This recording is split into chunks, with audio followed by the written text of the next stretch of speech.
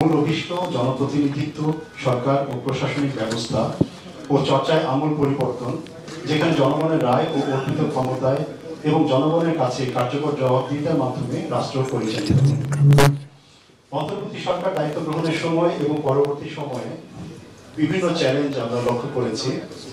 এর মধ্যে প্রধান চ্যালেঞ্জগুলো ছিল দুর্বল অর্থনীতি, বৈদেশিক ঋণ পরিশোধের চাপ, সব খাত ও প্রতিষ্ঠানে ব্যাপক দলীয়করণের কারণে পতিত সরকারের সমর্থক ও সুবিধাভোগী গোষ্ঠীর অসহযোগিতা, দুর্বল রাষ্ট্রীয় প্রতিষ্ঠান, দুর্নীতিগ্রস্ত সেবা ব্যবস্থা, আইন শৃঙ্খলা পরিস্থিতির অবনতি ও অরাজকতা এবং বেশ কয়েক ধাপের প্রাকৃতিক দুর্যোগ।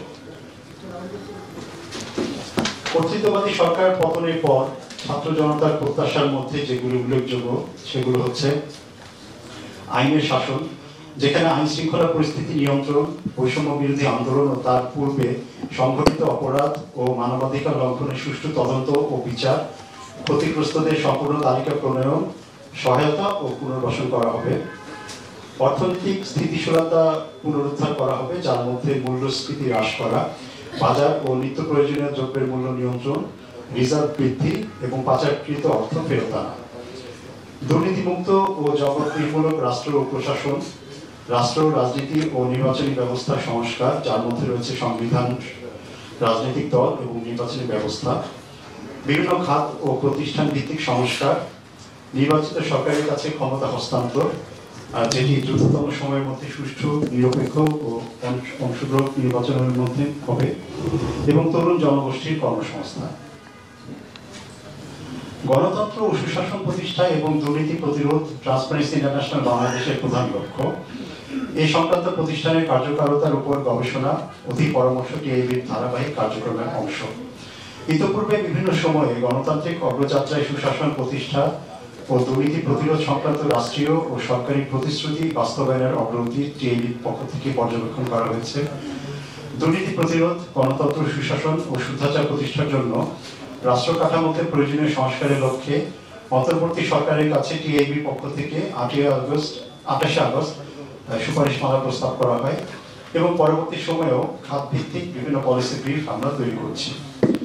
রাষ্ট্র সংস্কারের প্রত্যাশা পূরণে অন্তর্বর্তী সরকার সহ সকল অংশীজনের কার্যক্রম নিয়মিত পর্যবেক্ষণ করা গুরুত্বপূর্ণ এবং এই পরিপ্রেক্ষিতে বর্তমান গবেষণা উদ্যোগ গ্রহণ করা হয়েছে, যেখানে কর্তৃত্ববাদী সরকার পতনের পর 100 দিনের ঘটনা প্রবাহের উপর পর্যবেক্ষণ ভিত্তিক প্রতিবেদন আজকে উপস্থাপন করা হচ্ছে। এই গবেষণার প্রধান উদ্দেশ্য কর্তৃত্ববাদী সরকার পতনের পর 100 দিনের ঘটনা প্রবাহ ও বিভিন্ন অংশীজনের ভূমিকা পর্যালোচনা করা এবং সুনির্দিষ্ট উদ্দেশ্যগুলোর মধ্যে হচ্ছে অন্তর্বর্তী সরকারের গৃহীত রাষ্ট্র সংস্কার, দুর্নীতি প্রতিরোধ, গণতন্ত্র ও সুশাসন প্রতিষ্ঠা করার সংক্রান্ত কার্যক্রম পর্যালোচনা করা, রাষ্ট্র সংস্কারের ক্ষেত্রে সংশ্লিষ্ট অন্যান্য অংশীজনের ভূমিকা পর্যালোচনা করা এবং রাষ্ট্র পরিচালনা ও সংস্কারের ক্ষেত্রে অন্তর্বর্তী সরকারের বিভিন্ন চ্যালেঞ্জ চিহ্নিত করা। এই গবেষণার যে বিষয়গুলো অন্তর্ভুক্ত রয়েছে সেগুলো হচ্ছে রাজনৈতিক প্রেক্ষিত, প্রশাসনিক ও প্রাতিষ্ঠানিক সংস্কার, আইনের শাসন ও মানবাধিকার, অনিয়ম দুর্নীতি প্রতিরোধ ও অর্থ পাচার রোধ, অর্থনৈতিক স্থিতিশীলতা, গণমাধ্যমের স্বাধীনতা ও তথ্য অধিকার, স্থানীয় সরকার ব্যবস্থা এবং অন্যান্য বিভিন্ন খাতের উপর পর্যবেক্ষণ। এই গবেষণায় অন্তর্বর্তী সরকার ও অন্যান্য অংশীজনের রাষ্ট্র সংস্কার, দুর্নীতি প্রতিরোধ, গণতন্ত্র ও সুশাসন প্রতিষ্ঠা সংক্রান্ত কার্যক্রম চিহ্নিত করা হয়েছে। নিষিদ্ধ ঘোষণা বা নিষেধাজ্ঞা প্রত্যাহারের সিদ্ধান্ত গ্রহণ প্রক্রিয়াটা বিতর্কিত। 8টি জাতীয় দিবস পালন না করার সিদ্ধান্ত সমালোচিত হয়েছে কোনো কোনো পক্ষ থেকে।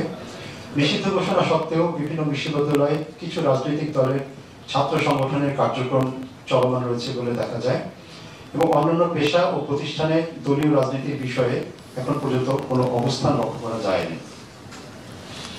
প্রশাসনিক ও প্রাতিষ্ঠানিক সংস্কারের ক্ষেত্রে আমরা যদি প্রথমে দেখি, নিয়োগ ও রদবদল ঘটেছে। কর্তৃত্ববাদী সরকার পতনের পর থেকে বিভিন্ন প্রতিষ্ঠানের প্রধান ও অন্যান্য কর্মকর্তারা পদত্যাগ করেছেন বিপুল পরিমাণে। বিভিন্ন প্রতিষ্ঠানকে আওয়ামী লীগের প্রভাবমুক্ত করার অংশ হিসেবে প্রশাসনিক রদবদল করা হয়েছে, যার মধ্যে রয়েছে পদোন্নতি, পদায়ন, বাধ্যতামূলক অবসর, চুক্তিভিত্তিক নিয়োগ বাতিল ঘোষণা এবং পরবর্তীতে চুক্তিতে নিয়োগ। দেখা যাচ্ছে কোথাও কোথাও পদত্যাগের জন্য বাধ্য করা হয়েছে। কিসের ভিত্তিতে চুক্তিতে নিয়োগ করা হচ্ছে তা পরিষ্কার নয়। নিয়োগ প্রক্রিয়ায় ক্ষেত্রে বিশেষে সুনির্দিষ্ট মানদণ্ড ও স্বচ্ছতার ঘাটতি ছিল। কোনো কোনো ক্ষেত্রে স্বার্থান্বেষী গোষ্ঠীর চাপে গৃহীত সিদ্ধান্ত প্রত্যাহার বা পরিবর্তন করা হয়েছে। সরকারি চাকরিতে প্রবেশের সর্বোচ্চ বয়সসীমা 32 করা হয়েছে এবং বিশেষ পরীক্ষায় একজন প্রার্থী সর্বোচ্চ 4 বার অবতীর্ণ হতে পারবে বলে সিদ্ধান্ত নেওয়া হয়েছে। একদিকে পিএসসি থেকে নিয়োগের সুপারিশ পেয়েও বিগত সরকারের সময় চাকরি না পাওয়া 259 জন চাকরি প্রার্থীকে নিয়োগ দেওয়া হয়েছে। অন্যদিকে 43তম বিশেষ পরীক্ষায় উত্তীর্ণ হয়ে সুপারিশপ্রাপ্ত হওয়ার পরেও 99 জন প্রার্থীকে নিয়োগ দেওয়া হয়নি।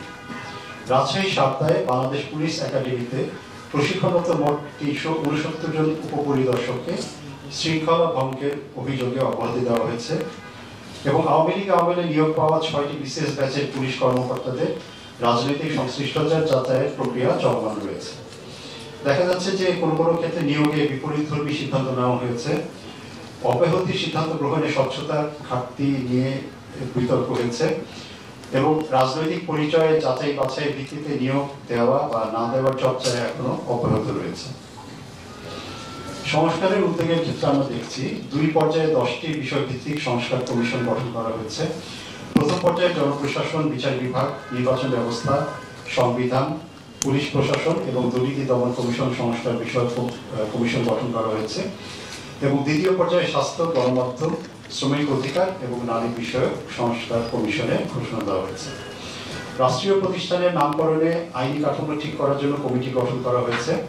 তবে কমিটির সুপারিশের আগে শেখ পরিবারের নামে প্রতিষ্ঠিত 20টি প্রতিষ্ঠানের নাম ইতিমধ্যে পরিবর্তন করা হয়েছে। দেখা যাচ্ছে অগ্রাধিকার ভিত্তিতে প্রশাসন, বিচার বিভাগ, নির্বাচন কমিশন ও নির্বাচনী ব্যবস্থা, আইন শৃঙ্খলার খাত সহ বিভিন্ন খাত ও প্রতিষ্ঠান ভিত্তিক সংস্কারের উদ্যোগ গ্রহণ করা হয়েছে। তবে সংস্কারের জন্য গঠিত কমিশনগুলো প্রতিনিধিত্বশীল না হওয়ার অভিযোগ উঠেছে। প্রথম গঠিত 6টি কমিশনে ধর্মীয় ও জাতিগত সংখ্যালঘু সম্প্রদায়ের কোনো প্রতিনিধিত্ব না থাকা, নারী সংখ্যা কম থাকা, সাবেক আমলাদের আধিক্য, একটি বিশ্ববিদ্যালয়ের শিক্ষকদের প্রাধান্য নিয়েও সমালোচনা হয়েছে। বিভিন্ন কমিশন বা প্রতিষ্ঠানের শীর্ষ কর্মকর্তাদের কোনো কোনো ক্ষেত্রে চাপের মুখে পদত্যাগ করায় স্থবিরতার সৃষ্টি হয়েছে।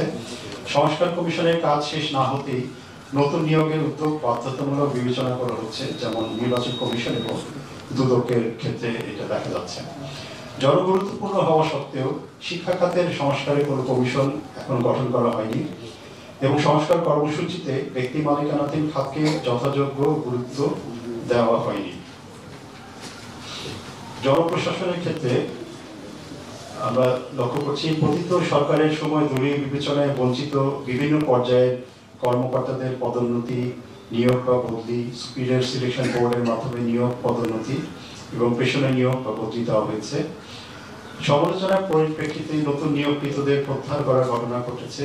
যেমন বলা যায়, প্রত্যাহারের পর 59টি জেলা প্রশাসক নিয়োগ দেওয়ার পরেও দাবির পরিপ্রেক্ষিতে 9 জেলা ডিসির প্রজ্ঞাপন বাতিল এবং 4 জনকে রদবদল করা হয়েছে। পদোন্নতি ও পদায়নকে কেন্দ্র করে সচিবালয়ে বিশৃঙ্খলার ঘটনা লক্ষ্য করা গেছে।